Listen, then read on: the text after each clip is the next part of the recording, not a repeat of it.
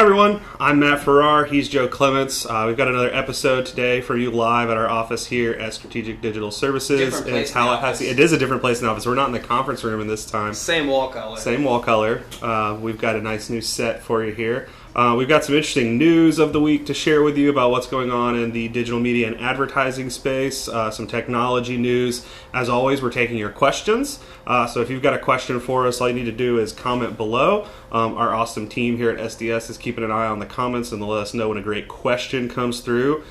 Joe, do you want to kick us off with some first news of the week? I think there's an important thing to note about the questions we get in the comments is that we give real answers. Answers that we charge dozens of clients, dozens of dollars to answer every day. That's true. So you could be getting dollars worth of free information just by asking those questions. Just by tuning in.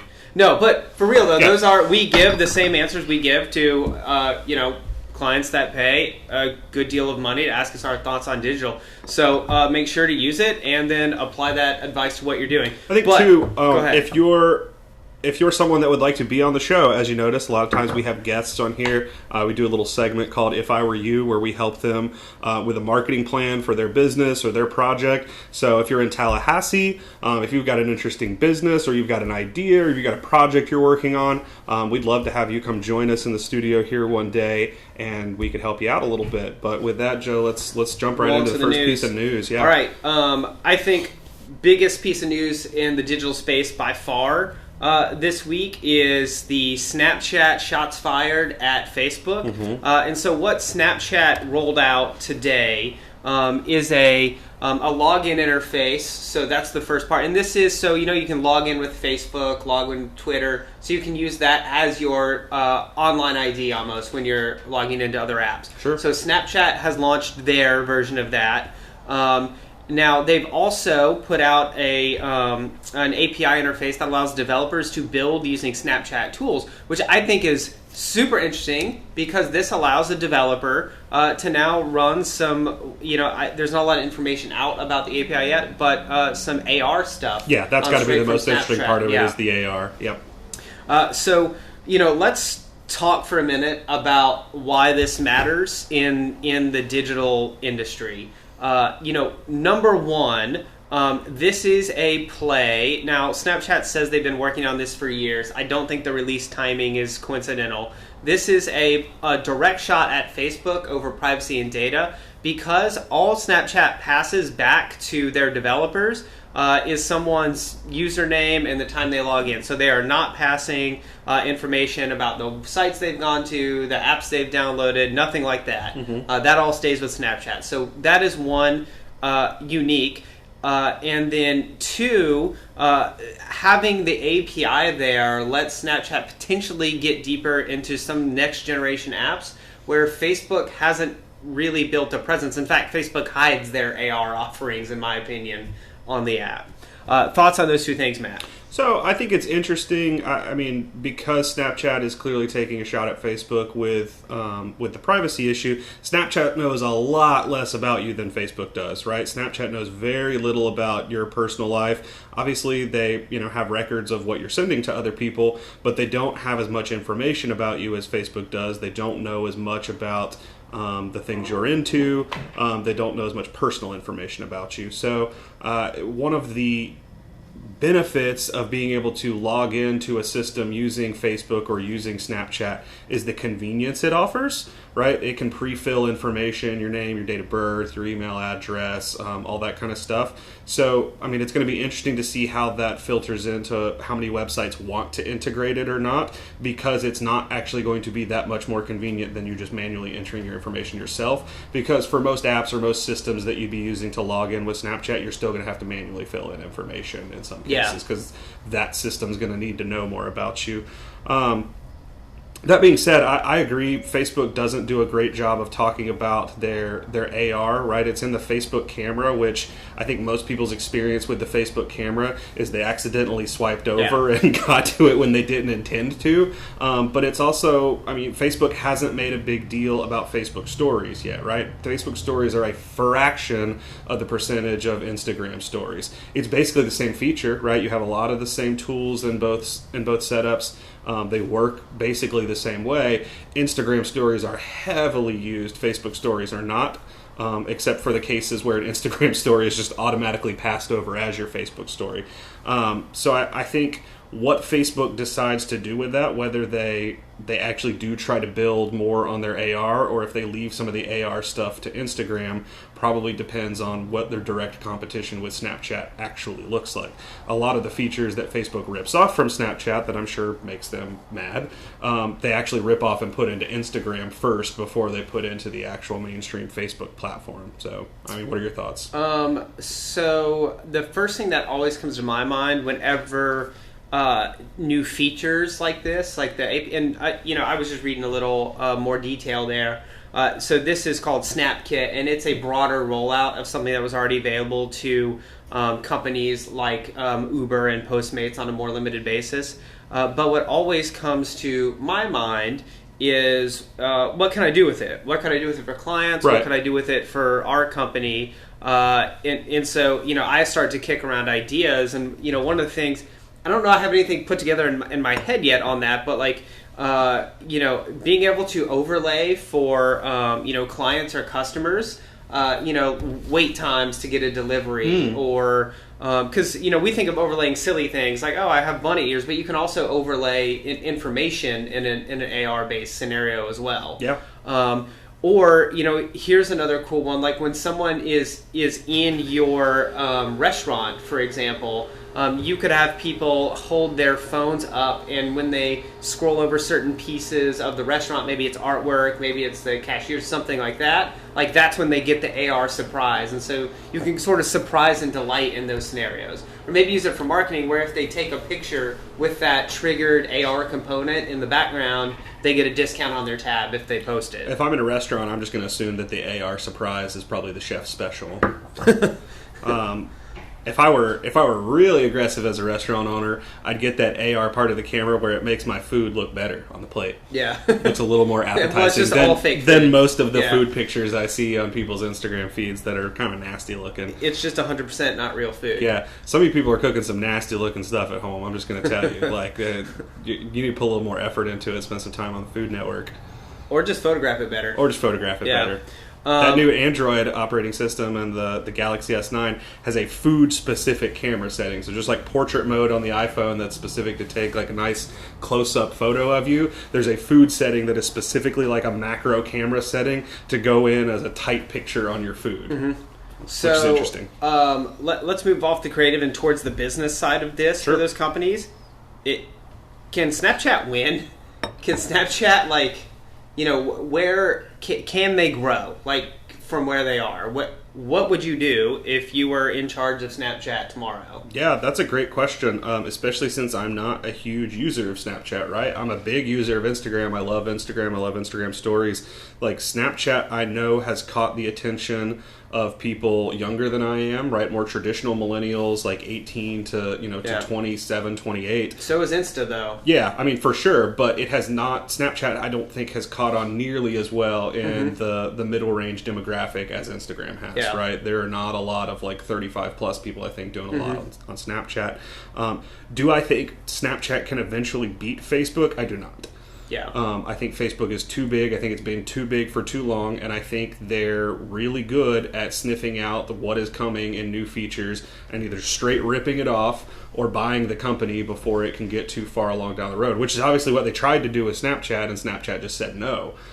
So from a business perspective, I think Snapchat has a place. I think they can continue to exist and probably make their shareholders a decent bit of money. I don't think they can beat Facebook. Yeah, I with Snapchat, anytime a company now makes a play on privacy, I'm super skeptical of it. Yeah. I think it's a beta play, right?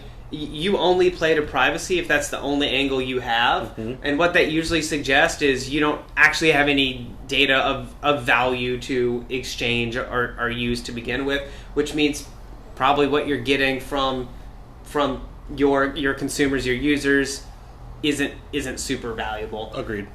So that's my thought there. The login could be cool. I think their play has to be twofold, though, right? They either have to make a hard play on privacy and hope that they're on top of a trend that I'm missing, or you're missing that people actually secretly care about privacy, and are willing to they might not be willing to pay for it, but they might be willing to use it if it's ad supported, like Snapchat is. Right. And so that's a play. Or you go, you guess, like, you hard as you can to be like the company that cracks like the mass market AR, and you are the AR provider that everybody's using to build their apps on. Yeah. And that, by the way, it is going to be a huge multi-billion-dollar game-changing market for some company, and I do think Snapchat could do that. It's not a social network; it's a technology. It's probably a truer platform play, honestly, which is a really interesting business model. Like, who is going to provide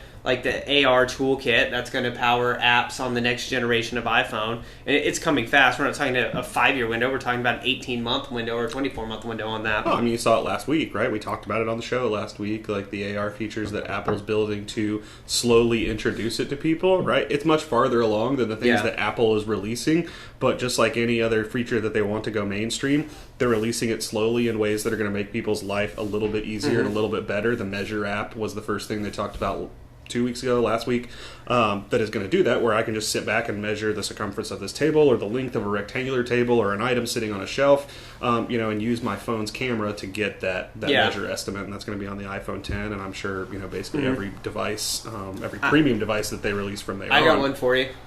Who, if you had to put money on it now, who is the AR provider of the car in 10 years? Who is doing the AR on your car windshield?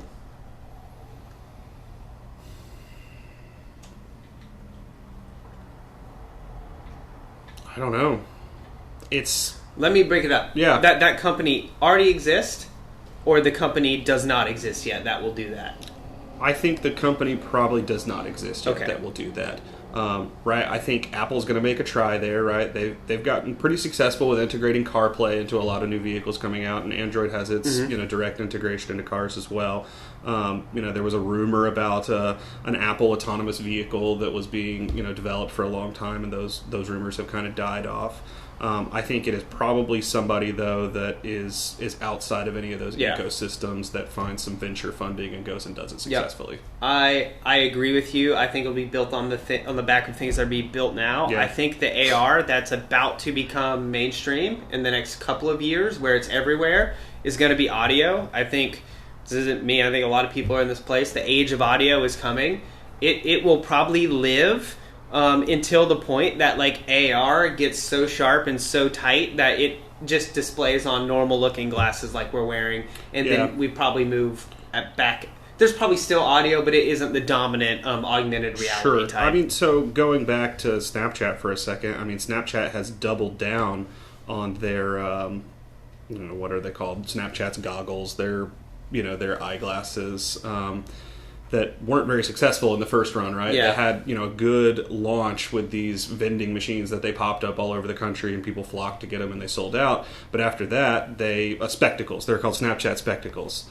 But there's thousands of them of the first edition now sitting in warehouses all over the country. A bunch of people are like giving them away for free when you sign up for Dish Network or some other crap. And now they've launched sign for Dish, get your Snapchat. I mean, I've seen at least 5 different companies that are offering a free pair of like Snapchat spectacles. We're gonna get the millennials. What do you do? Let's give them those spectacles because they're just sitting everywhere. Nobody was super interested in paying the $100 or whatever it was for these shitty looking like yellow glasses that had a camera in them. But Snapchat's doubling down there, and they released the spectacles version 2. I don't know a lot about them yet, but it's just interesting that it didn't do super well the first time they released it. Obviously AR is Snapchat's play, so I get why that's attractive to them as a space to be in. But I'm hopeful that they'll do a little bit better job than they did in round 1. I think they will. I think the technology's better. The technology's definitely better. They're not going to Google Glass it. Yeah. All right, so let's move on to what I think is the most exciting story of the week, just from a fan perspective, but also I think just demonstrating something that we've talked about so much the last couple of years. The S-Town podcast, if you're not familiar, you should get familiar quickly. is going to have a movie made on it, and the director is going to be Tom McCarthy, who directed Spotlight. And Participant Media is producing that film. Matt, why is this a big deal? This is a big deal because, as far as I know, this is the first time that a narrative podcast has ever been directly transferred into a film. Now, it's possible that there's a book that inspired a podcast, and that book also inspired a film, maybe somewhere along the way. As far as I know, this is the first time someone has taken an original podcast and directly decided to make it into a feature film, which is kind of incredible. I think the big question for me, since this is kind of new ground, and it's very early stages, right? They just announced it this week, so there's not a script yet, there's not a cast yet or anything like that. I think the big question is, because it's coming from a podcast, right? It's not just a straight book. Do they integrate? For those of you that aren't, I guess we should back up. For those of you that aren't familiar with S-Town as a podcast, it's really good. Both Joe and I are big podcast fans, but it's kind of an investigative journalism podcast, I guess is the best way to describe it. But it takes place in Alabama. There's this really interesting character that becomes the subject of the whole story here, named John B. McLemore. And so Brian, the reporter from This American Life that launched S-Town, gets connected with John B. McLemore about a totally unrelated subject, and then the story kind of takes shape about John B. McLemore, who is he's eccentric. Yeah, he's just this eccentric, really interesting character in the middle of nowhere in Alabama. Yeah. And I don't want to tell you any more than that because I don't want to ruin it for you, but going back to what my point is here, I think the interesting decision for when the script is written is, do they write the reporter into part of the story, or is the story just John B. McLemore's life as it's told? What do you think it should be written as, I guess, is a good first question. I don't actually think you can write the story as it's reported in S-Town without having the reporter play a role. Now, but Hollywood screws up stuff all the True, time, right? Like, they just made a terrible dumpster fire with Ready Player Producer One. Nipa, who has Hollywood experience, suggested yesterday a very good idea that you could do something that's like confessional or office style, where instead of having the reporter, you have a frame of them, and they're responding to a question that you didn't hear off. The question was off camera, you don't hear it, but they're responding, and then they're getting those cuts, which I could see that working and being interesting, especially because the characters in this, the way I envision them, are visually interesting to look at characters. 100%. I think the really important thing, though, for me is what I hope they don't lose in the film version is the friendship and the relationship that formed between Brian and John B., because I think that's incredibly important to the story here. And so I'm sorry if you haven't listened to it, but once this episode is over, you should go start listening to it right now in your favorite podcast app. You know what? Just app. Leave here and just go listen to it. Please stay. I'm trying to give good advice. No. But, I mean, there's a friendship and a relationship that develops there that is really critical to how the story plays out. And it actually changes and affects how this guy's life plays out over the couple of years that this story is being written and recorded. So, I mean, I think in order to do justice to the story, they need to find a good way to include, like, Brian into that. Yeah. So let's pull back for a second off the story mode. Yeah. Because that's going to be some writer's problem. But what I think is the story here for marketing in the digital space is this. One is podcasts are not the new radio. That is a simplification based on the fact that it's an audio medium. Listening to it, right? It is the new book and it is the new magazine. But specifically, it's the new book. I think when you see what authors are doing, like Malcolm Gladwell isn't writing books anymore. He's producing revisionist history as a podcast. And he's got 2 or 3 advertisers supporting it, and it's on the Panoply Network, right? Like, that is what Malcolm Gladwell is doing instead of writing books now. This is one of the best-selling authors of the last decade or so, nonfiction in the United States. So I think that's the number one thing to understand. 2 is, when they make a movie of it, that validates a couple of things. One, most important, that it's culturally mainstream. Yep. You can take it from podcast to movie. And you saw that as it came out, right? Like, the reporter, the host of the show, Brian, was on The Tonight Show. And he was on Good Morning America. Like, he went around doing all the things that a widely successful author or an actor or a director would be doing in the release of a feature film or a book. Yeah, and so what's interesting there, I also think, is the format is far more consumable than a book or a long form article, and so the result is more people were exposed to that podcast than if it was a 600-page book. Because it's easier to listen to a podcast in 30 or an hour forms than it is to dive into the book. I mean, it's just more engaging, too, right? I mean, I'm as big a fan of audiobooks as anybody, but there is just something special that is added when you're not just hearing a narrator talk about someone that's interesting. You are hearing the person that is so captivating. You're hearing them in their own voice. So, my big thing on this is, like, about 25% of American adults listen to podcasts.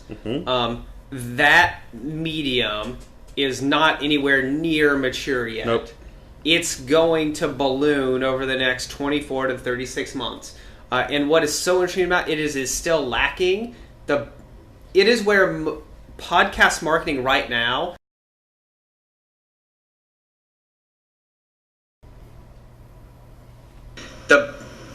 all right, so we just had a drop in the internet there, but we're back. Don't worry. We will finish up that S-Town discussion and pick up rolling where we were before. Yeah. So wrapping up what we were just talking about on S-Town, it is a platform now, the podcast, where you can take it from being a podcast to something mainstream in the culture and commercializable.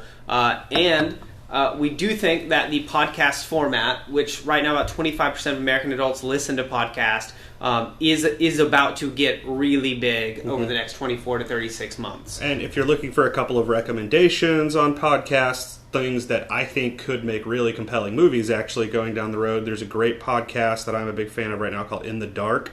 So season 1 was about this case up in Minnesota of this missing child that was actually the driving force behind the concept of stranger danger. The second season of In the Dark is this really captivating case over in Mississippi that's actually playing out still today about this man that has been charged with the same murder of 4 people 7 different times. There's a lot of racial issues at play here. There's a lot of corruption issues that are at play here. So he keeps getting off on appeal because there's jury profiling and biased juries, and all black people are being excluded from the jury and stuff like that. So he keeps getting off on appeal, but this same DA that's been in place for the last 20 years goes back and keeps really filing charges. So I'm not going to explain the whole podcast to you, but if you're looking for some recommendations, that's a great one. It goes like this. If S-Town works, if it's even modestly you're gonna successful, see the podcast library will be rated by every studio in which Hollywood. could be super interesting, or could give us the likes of the film adaptation of Ready Player One, which was a dumpster fire. Yeah. I think we'll just let that one rest. So podcasts, Joe, are super interesting to us here at SDS for a new and interesting reason. Why is that? So we are actually developing 2 separate podcasts, which we'll be making announcements on very soon. We're going all out on them. We're going to have working with a composer to get custom audio and original done. scores being written. Yep. We're working on scheduling some folks to interview for one of them. One is going to look similar to this. Another is going to be a completely different format, which we're excited to be rolling out. But the goal is to create a product that we would listen to and benefit from if someone else were doing it, but that anybody else who's responsible for buying digital or contracting for digital services as a CMO or a marketer that doesn't use in-house help would benefit from. And we'll have more on that coming up the next few weeks. You can expect some promotional materials from us. All right. What's else in the news? All right. So continuing on audio, DoubleClick, which is the Google DBM, announced late last week, that they were scaling out the option to buy audio ads to all of their users. And so this lets you buy audio ads from one place programmatically across Spotify, SoundCloud, TuneIn, and soon-to-be Pandora. Which is really big because previously, in order to buy ads on those platforms, you had to go buy them individually from each of those platforms with their buys, and you are limited to their targeting. With DoubleClick, you can onboard custom audiences, and you can target using Google's suite of audience targeting. And so this is important because it lets you do the detailed stuff you can do on display and video currently, on audio, which is continuing to consume more and more of the consumer's media time. It also means that if you are in the marketing business and the digital marketing business, you need to be preparing to produce audio content. So the same way a few years ago, everyone started moving into video and setting up at least basic video capabilities, I think you're going to see a whole new suite of things around sound and mics and recording. Yep. It should be a good 3 or 4 years to be a professional composer or sound engineer. Agreed. So I think one of the interesting things about more and more audio, whether it's audio you interact with, like Amazon Echo or Siri, whether it's audio you're just listening to and you hear an ad while you're listening to Spotify or Pandora, one of the things that brands are going to have to adjust to is what do they sound like, right? If I'm a big Fortune 500 company, I think a lot about my corporate branding. For the most part, that branding right now I think about is what people see us as, right? It's how our logo and our colors work. It's what our visual style looks like on all of our materials. If I'm a bank, it's how every bank is branded the same, whether that's inside or outside. It's about a feeling that we're trying to convey to our customers, the people we're trying to reach. What hasn't been traditionally a part of a big company's brand is what that brand sounds like. Now, I mean, there's some brands that have integrated that into video, right? Everybody knows the little NBC Peacock sound. Doo, doo, doo. Yep. But what a brand sounds like, what the voice is of that brand, is not something that very many companies have had to deal with so far. So as they start to have only at the highest level. Correct. Where you're buying you're buying a ton of TV or a ton of radio. Has anybody had to? But mid-level firms, not just the Fortune 500, in the next 3 years are going to have to think a lot about not just what their logo looks like, what does their signage look like, what do their materials look like, but what do they sound like. So how are smaller companies that aren't factoring that in at all right now going to adjust to that? Yeah, 100%. And it's going to be interesting to watch that evolve and who wins and who loses, because there's going to be some companies that just straight up lose at it and some companies that build $1 billion brand on the backs of how they sound. So moving off of sound, the next story that I want to get to, we'll get into some Facebook stories here, is YouGov recently released a poll, I think this afternoon actually, that people are spending 9%, they're consuming 9% less news media content now than they were in 2016. I'm going to dispense with this story quickly with an of course they are. Like 2016 was a banner year for almost every publisher I know of. Yeah. You couldn't have asked for more news in the cycle of what was going on in 2016. You had constant drama and conflict, from the election to Black Lives Matter protest to the terrorist attacks that were plaguing Europe that summer. There was no end to the major news events that were driving anxiety and people to go to their phones and consume content. And they try to point to like the fake news part on here. That's not it. Mm-hmm. Like even people who trust their news sources are consuming the trusted news source less because there's less interesting things happening. Anything to add? And then let's close this one down because I think it's a distraction from what's really going on. People are spending a lot of time on Facebook. Yeah. That's what's happening. I mean, look, people are also becoming normalized to the things that are still happening from 2016 that are not as interesting, right? Like, whether you love him or you hate him, people have adjusted to the way that President Trump does things, right? He has a style, he has a flair. You may hate it, you may think it's the greatest thing ever, but people are much more adjusted to it than they were in 2016. It's not as interesting as it was. It's not as interesting as it was 2 years ago, absolutely.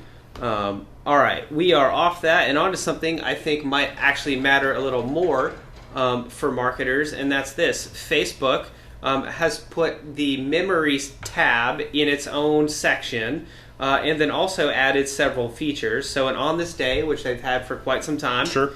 Friends Made on This Day, which I've actually never seen on mine. Recaps of memories, and memories you may have missed. And so Facebook is kind of doing for their memories what Apple does in the Photos app, where it will put together like a short slideshow movie and some audio for your memories. I think this is a little gold mine for marketers, when Facebook opens this up to advertising. The value of nostalgia and lookbacks is huge, and social media is just getting to a point when it can do that, and it's like, oh, that was 2 years ago, that's cool. But where you're looking back on things that happened 8 and 9 and 10 and 15 years ago, and I think probably when we have children and they're older, like they won't get the shoebox of photos that grandma pulls out to show you what everybody looked like. They're going to get the, because no one has any printed photos. So I just pulled up the Memories tab here on my own Facebook account while we're here. It's pretty empty. You don't have any memories. Oh, no, going all the way up. Yeah, I'm all the way at the very bottom. So the Friends Made on This Day, parts here at the bottom. There's some fun shout-outs we can actually do here. So Commissioner Chip LaMarca, if you're watching, he's running for the House right now down in Broward County. He's awesome. He was at our wedding. Great guy. And Seth McKeel. Boss. Yep, your former boss. Seth McKeel and I became Facebook friends 7 years ago today. So thank you, sir, for accepting my friend request. I think 1 year ago today, it doesn't show up on here right now. 1 year ago today, I was in Rome on my honeymoon, having a pretty sweet time. So, So Facebook's really missing that opportunity to connect with you there. Well, normally when I open it up on the app, at least I will see like the photos from 1 year ago. So I don't know if the new feature's buggy. Yeah. I don't know if maybe I didn't take any photos because I was so busy spending time with my new bride at the moment. But nonetheless, it's going to be really interesting to see how people use going forward. Nostalgia's a really big deal. Yeah, I agree. And look, like Facebook is doubling down on something that I think most marketers miss, which is studs and duds. Like when you find something that works, like take it until it doesn't work anymore. Yeah. Don't create new stuff that is 1% effective when you have one thing that's 90% effective. Just double down on it, and that's what Facebook is doing. Do you see a time when a app or service exists that does these biographies, personal biographies for you? It crawls, it figures out who you are, you tell it, you do a little training with the AI, and the AI crawls back all the information it can find about you and puts together a bio piece. Yeah, I mean, I think... Is that a company that would be viable? I think you see that already in a lot of instances, right? So there's an app called Time Hop that's been out for a long time. That is essentially what Time Hop does, is you take your Facebook feed, your Twitter feed, all your different social media feeds, and you connect it to Time Hop, and it shows you what you were doing, 1 year ago, 5 years ago, whatever, on this day. Now, it doesn't actually go all the way and make a full little biography for you. I would guess that's where they're trying to take it. I don't know what I don't know how Time Hop monetizes, actually, so I don't know what their revenue plan in order to do something like that is. Facebook Memories, I think, is kind of doing that. Where the most interesting place that's surprisingly effective I've seen it is on my iPhone itself, right? Yeah. My iPhone takes either memories from a specific time or a related things. My favorite one is the Furry Friends album that it automatically creates for me on my iPhone, and it is just all the pictures on my phone of Griffin and Lucy, my dogs. And it's hilarious that it can recognize the dogs and put all of them in one album together. It is a interesting social phenomenon going forward that, like, grandma's shoebox is about to be replaced. Like, it's not going to be in grandma's shoebox anymore. It'll be on Facebook or Google's servers for an indeterminate period of time. Yeah, I mean, the photo albums that used to sit on people's coffee tables aren't there anymore. I'll tell you how we'll know when Facebook starts to...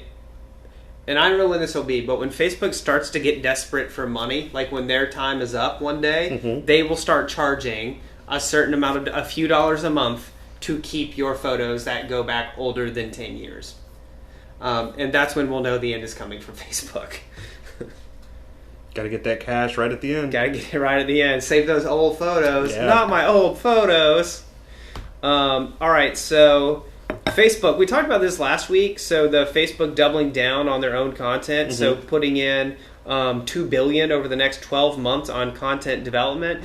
So Matt, I don't know if you read this full article, but one of the interesting things is it talks about the average view time in the Facebook Watch tab has moved over the last year from 3 seconds to 20.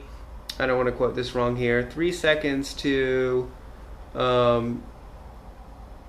60 seconds.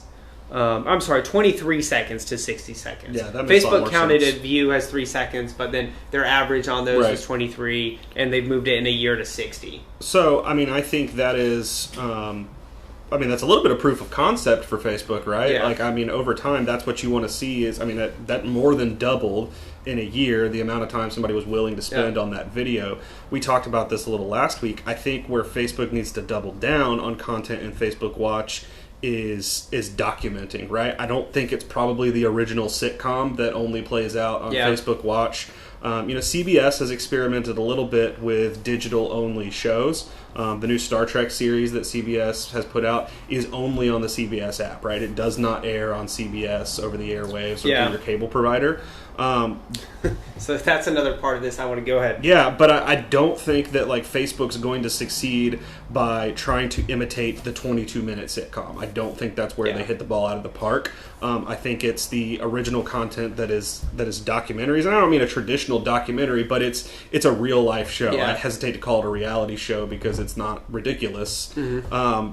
But I think that's where Facebook really finds a way to succeed is documenting things, right? The Tom Brady documentary series that launched right around the Super Bowl that was on Facebook Watch had a huge number of people that watched it, right? Mike Rowe's show that premieres only on Facebook Watch is another proof point there. I don't know of any scripted original format show that has had wide success on Facebook Watch. Here's so what far. I think is funny. I pity these media players, but so Facebook has partners, and I'm reading here from the Variety article, ABC News, CNN, Fox News Channel, and Univision, including some of their notable host personalities. Now, obviously, when Yahoo hired Katie Couric, right? Disaster, didn't work at all. People didn't want to get news from Yahoo. What I actually... People don't want to get anything from Yahoo, though, to be fair. Yeah, good point. I don't see a way that if this works, Facebook doesn't own all of those content, all of those networks, like completely the way they own online publishers right now. Yeah. I just don't see how they can be allowed to, right? I mean, you're just not going to get the same value out of putting your program on Facebook Watch as you would be on your own network. Like, Facebook gets to... But if it works, right? If it works, it's a big deal. But that's a big if, I think, is the problem. Yeah, so we'll see how the Facebook... we talked about this at length last week. You can listen to the last episode if you want to get our deeper thoughts in there. But I just thought it was interesting to note 2 billion original content push, and they're signing personalities to help put it out there. Do we know... because I haven't seen the article yet. Do we know what percentage of shows that are on Facebook Watch are funded by Facebook? I don't actually think it's very many. I think a lot of the stuff that's being put on Facebook Watch is original content. It actually says the majority is in fact like viral videos. Yeah. So your typical Facebook social media content. All right, so another one that I think is interesting from Facebook is now Facebook allows videos with copyrighted music. If you don't know this, if you post something with copyrighted music, Facebook will often just pull it down, and you can especially not promote it, and test basically Facebook karaoke, which they call Lip Sync Live, where you can take a selfie where it's you singing to a song. Which is Musical.ly. Yes. Yeah. Which is, on the back of last week's Facebook GG announcement, Facebook copies another major social media platform that the kids are on. That's what it does. Look, Facebook isn't going to take that group out of Musical.ly, like the 9 and 10 and 12-year-olds. They're not coming to they're not even allowed on Facebook by their parents. Maybe you can get parents doing Facebook Live. Do you see your dad doing Lip Sync Live on Facebook? My older family members have just recently discovered GIFs in comments, so it might happen in 5 to 7 years, but probably not. Yep. Some of us have such talented voices that we don't need to lip sync. Look, I think it is a very interesting concept. Maybe it works. I think it's a Hail Mary kind of going after. But when you're Facebook and you're eating the internet, you can take risks like that. It doesn't matter. Because if Facebook Lip Sync Live doesn't work, one of the other 12 plays they're making right now is going to work. Facebook.gg. Yeah. All right, so into something a little more hardcore for folks in direct sales. Instagram has rolled out shopping tags directly into stories. Previously, you could put shopping tags, which is a little button or link you can put on top of of apparel or an object and a photo when you're selling it, and they've rolled those out into stories. I think that is super useful for e-commerce. Because the stories consume a lot of people's Instagram time. It's the first stop on Instagram for people. You check in on the stories, and then you scroll down the feed to see what else is going on. And so for those advertisers to be able to have those direct links in there, I think probably will drive sales. For those of you lucky to have 10,000 Instagram followers or more, you can have that nifty swipe up feature too. So I am unfortunately not quite an Instagram influencer yet, so I can't use the swipe up feature, but I'm looking forward to the day I get to add it to my stories. That day could be coming. Yeah. Okay, we'll kind of speed through the last few of these, but another one I thought was cool, but also funny, but also sad for Microsoft, is the Xbox One is soon going to support Alexa and Google Assistant, so you can talk to your Xbox. It's not going to be Cortana? So the funny part that this article mentions is that Cortana Cortana will still have limited features on the Xbox. Shocking. Womp, womp, womp. Yeah. Look, I think... Look, it's in Xbox today. It'll be built into the TVs in 6 months. It'll become built into your couch in a year. Yeah, look, Microsoft does a lot of things really well, right? Like their Azure cloud hosting platform is delightful. The Xbox is a huge success. If you're counting by quantity of updates delivered to your operating system, then Microsoft is amazing, right? Because you can get an update every 2 hours. Voice is not something that Microsoft does well. Yeah. Cortana is awful.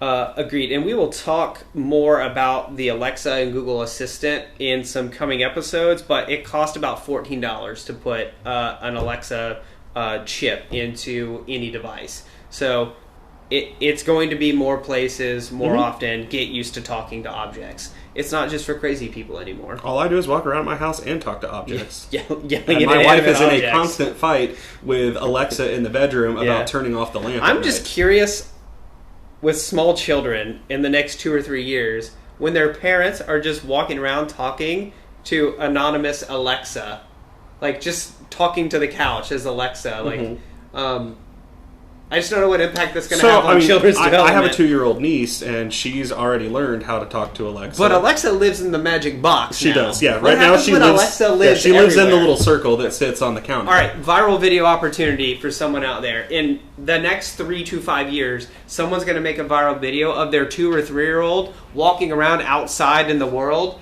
asking Alexa to do things. It'll be hilarious, also slightly sad. But someone will get 1 million views off of it. All right, what do we got? So this is breaking, but we're going long on time here, so we'll finish this up. Several months ago, Disney made a bid to purchase several assets from Fox, including some of their sports offerings to bolster ESPN.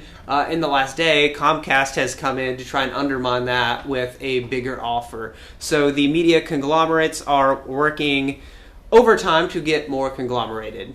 This has impacts for marketers in a myriad of ways that probably take its own dedicated segment to explore, but just interesting to note the shifts and what is coming content-wise on digital, and specifically for that Disney streaming platform that is in the works. It's going to be interesting because Disney probably needs to get a hold of some more live sports to make that an absolute must. Yeah. Because right now, they have ESPN, which is good, but you got to get the long tail. You got to have the skinny tail of sports. You need ESPN is short right now on broadcast rights for anything except college football. Yeah. And is long on shows that tell you about all the sports that are being broadcast on other networks. Yep. And this deal would let them get a hold of those other networks. And Fox is the exact opposite, right? Fox is long on the rights to a lot of sports that are gaining popularity. Fox is what ESPN2 used to be when I was a kid. Correct. Fox has a lot of the soccer deals, and I'm a huge soccer fan, as anyone that knows me knows. But Fox has a lot of the soccer rights. They've got the World Cup right now. They've got a lot of the MLS games. They've got all of the International Champions League games, which if you're deep into soccer fan, you know what I'm talking about.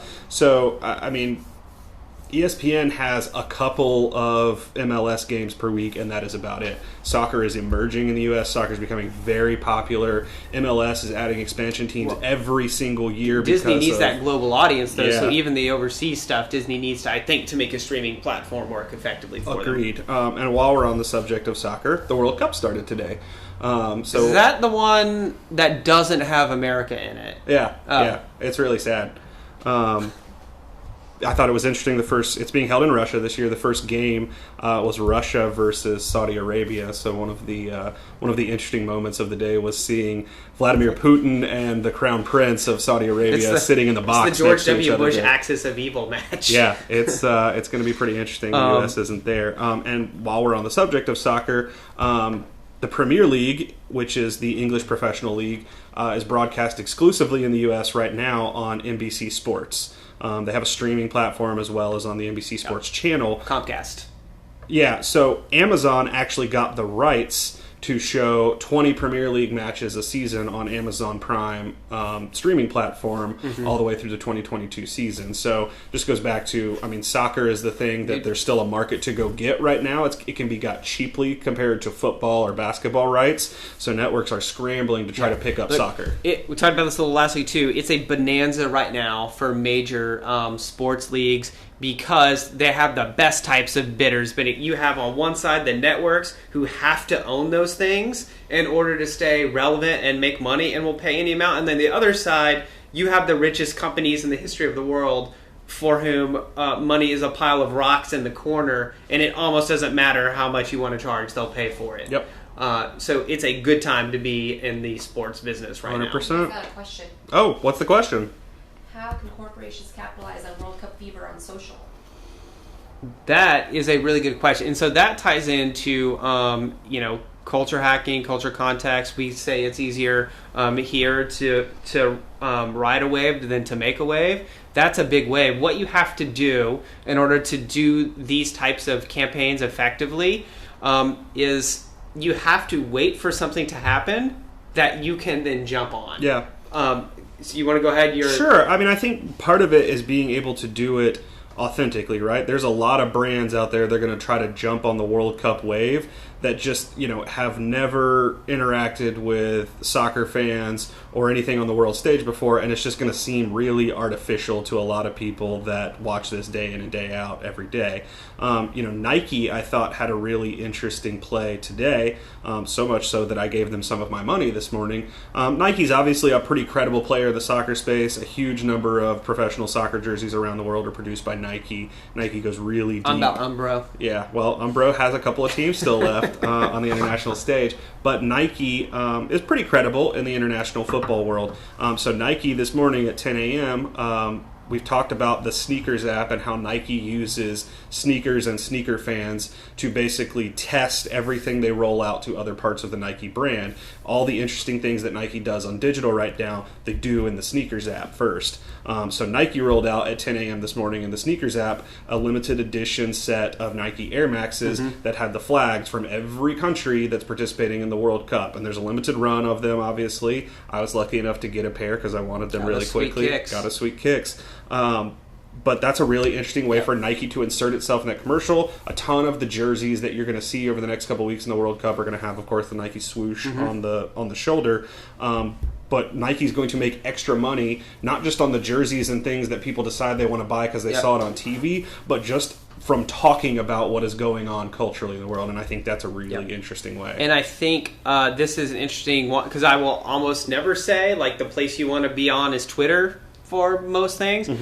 This is a Twitter response. You need to be on top of it when it's happening and have a clever response to it. And Twitter is probably the place to do that. Now, that's if you're looking at branding. If you're looking at selling, into the World Cup, I think it's specialty items, it's limited items. I mean, look, the worst thing that's happened if you want to monetize on this in the United States is the United States didn't make it. Yep. But there is room for a hilarious set of branded 2018 World Cup America stuff to come out. You could get some attention on that. Yep. So, I mean, a lot of people that are soccer fans didn't just tune out of the World Cup because the U.S. isn't in it, right?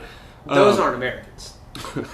Most of them just picked a team that they're going to cheer for, or a couple of teams in some cases. I think a really interesting deal that if some companies had been on top of was if I were Ancestry.com or if I were 21andMe, I would have pitched getting a DNA test to figure out where your heritage comes from to determine which team you should cheer for in the World Cup. Yeah, you see, I was thinking similar, but like a piece of content that's like a personality test, like find out what country other than America you're most like. Yep, and a lot of the big soccer blogs do something like that. They'll do a quiz where who are you most like, or who should you cheer for if it's not going to be the United States in the World Cup. Mm-hmm. So a lot of that content makes it into the filter. I think Ancestry.com and 21andMe missed a huge marketing heyday by getting people to buy $99 DNA tests to pick their World Cup team. But that's just me.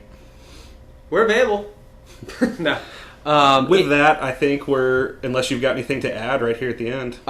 No, I just think with big events like this, you can tackle it two ways. One is you either have it planned like Nike did, the surprise thing you're going to roll out. Or two is, you need someone who's witty and ready to respond to things to get attention, who has a good take that's in line with what your brand is doing. Yep. But for sales, it's all about knowing what you want to go in with in advance of the World Cup and then marketing against it. Yeah, look, my guess is at halftime over the next couple of weeks, you're going to see a lot of commercials that have David Beckham's face in them, and a couple people they pull out of the woodwork to get to randomly endorse brands that you've never heard of that they paid for time on Fox. But with that, I think we're going to call it a day.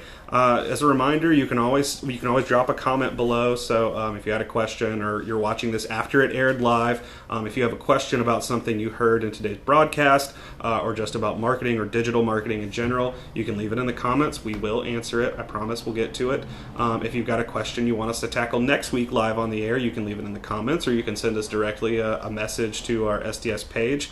Thank you for tuning in. We appreciate you being with us each week. Again, we do this once a week. We're trying to do it on a more stable schedule. It doesn't always work out as we plan, but we're going to be here each week talking about what's newest in the marketing world with technology and answering questions. Hopefully next week we'll have an interesting special guest for you again. With that, again, I'm Matt Farrar. He's Joe Clements. Thanks for joining us today. Goodbye.